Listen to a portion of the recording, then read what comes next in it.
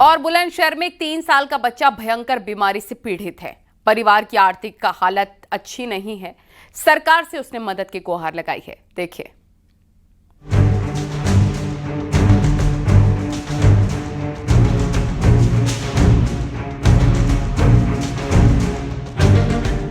तीन साल 10 महीने का ये बच्चा दिमाग से बेहद तेज है, लेकिन विडंबना ये है कि वो ना उठ सकता है, ना बैठ सकता है और ना ही चल सकता है। बच्चे का नाम डुग्गू है और वो बुलंदशहर के सियाना कस्बे में अपने माता पिता के साथ रहता है। डुग्गू अपनी उम्र से कहीं ज्यादा ज्ञान रखता है। किसी भी सवाल का जवाब तुरंत दे देता है। इसकी वजह से इसे आसपास के लोग गूगल तक कहते हैं। क्यों बंद करवा रहे हो पंखा? क्योंकि वीडियो में आवाज आएगी। अच्छा, आपने बोल दिया था ना ऐसे, तो याद कर लिया। अरे वाह।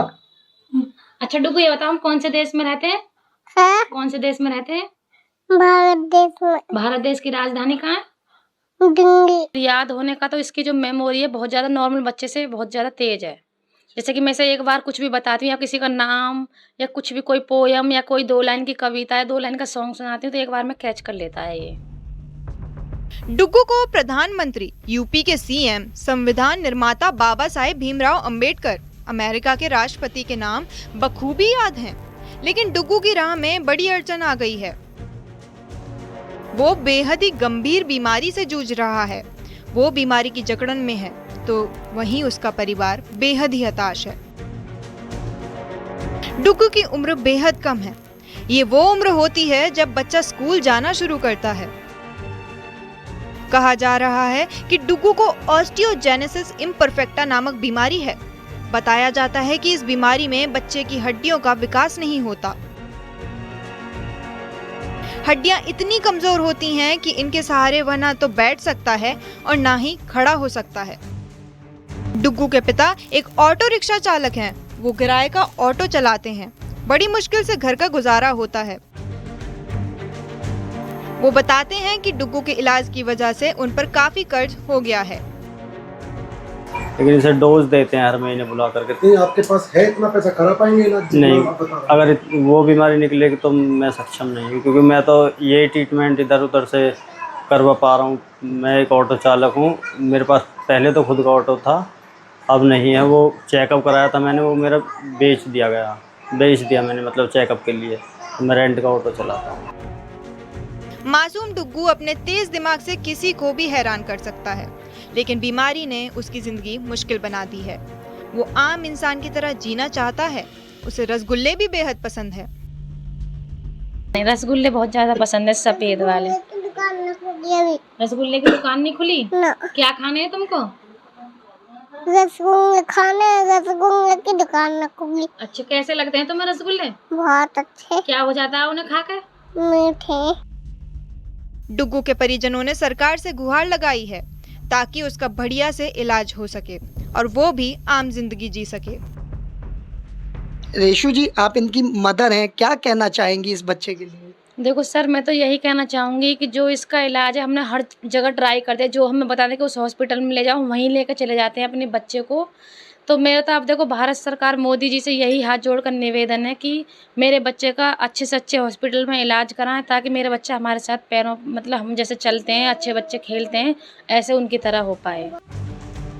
डुग्गू का इलाज बेहद ही महंगा है। इलाज करोड़ों में बताया गया है, लेकिन डुग्गू के परिजन असमर्थ हैं। अब सरकार से ही उम्मीद लगा रहे हैं। बुलंदशहर से प्रशांत कुमार की रिपोर्ट, न्यूज़ 18 यूपी उत्तराखंड। और सड़क पर भयंकर हादसे सीसीटीवी कैमरे में रिकॉर्ड हुए हैं। सहारनपुर में स्कॉर्पियो ने स्कूटी सवार को जोरदार टक्कर मारी, जिससे उसकी जान चली गई।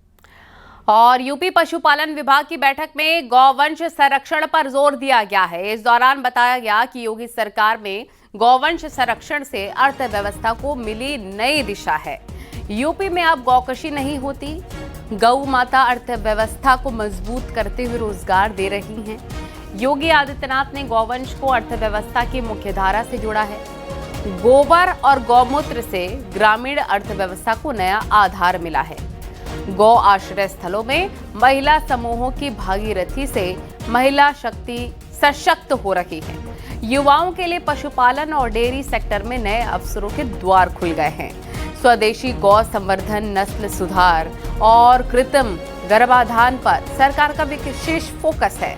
यूपी में 7 साल में पशुपालन इंफ्रास्ट्रक्चर मजबूत हुआ है।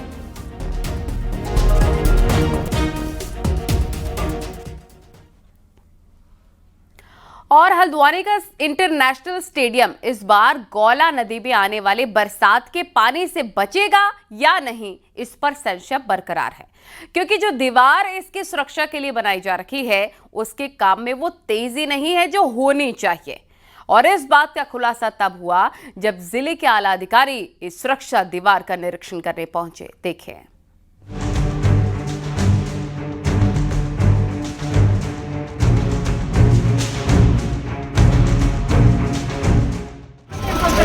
जितना पैसा मिल रहा है आपको, उसके बाद आप मेरे सामने मजबूरी का रोने लग जाओ कि हम बीच का रास्ता क्यों निकाल रहे हो, बीच का रास्ता गुणवत्तापूर्ण काम कराओ ना।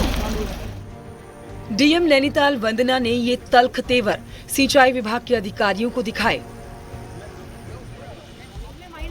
जो हल्द्वानी के इंटरनेशनल स्टेडियम की सुरक्षा दीवार बनाने में हो रही ढिलाई में ठेकेदार का पक्ष लेते दिखे। उसने भी रूटीन प्रक्रिया के तहत बॉन्ड अवधि बना दी 2027 तक की, तो ये तो फाइंड अप्लाई करने के लिए तो आप लोग हैं। डीएम ने साफ कर दिया कि गौला नदी के कटान से स्टेडियम को कोई नुकसान नहीं होना चाहिए और न ही इस सेफ्टी वॉल को बनाने का बजट बढ़ना चाहिए।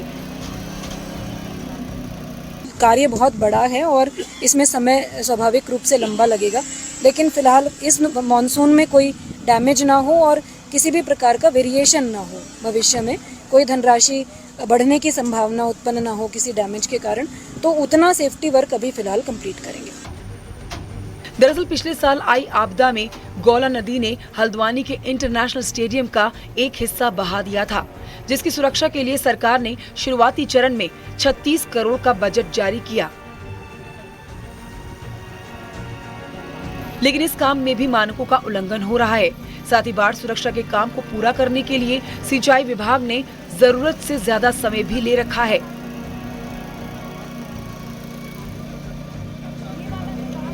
जिससे इस दीवार को बनते बनते 3 बरसातों का सामना करना पड़ेगा।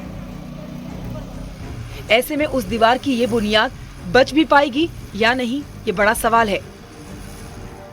हल्द्वानी से न्यूज़ 18 के लिए शैलेंद्र नेगी की रिपोर्ट।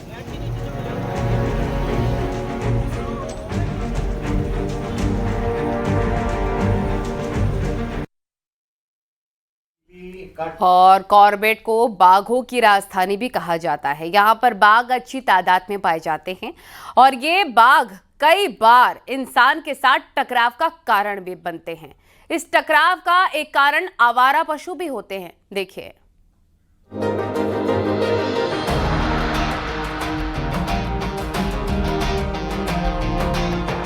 कॉर्बेट टाइगर रिजर्व और उसके आसपास का वन क्षेत्र बाघों के लिए जाना जाता है।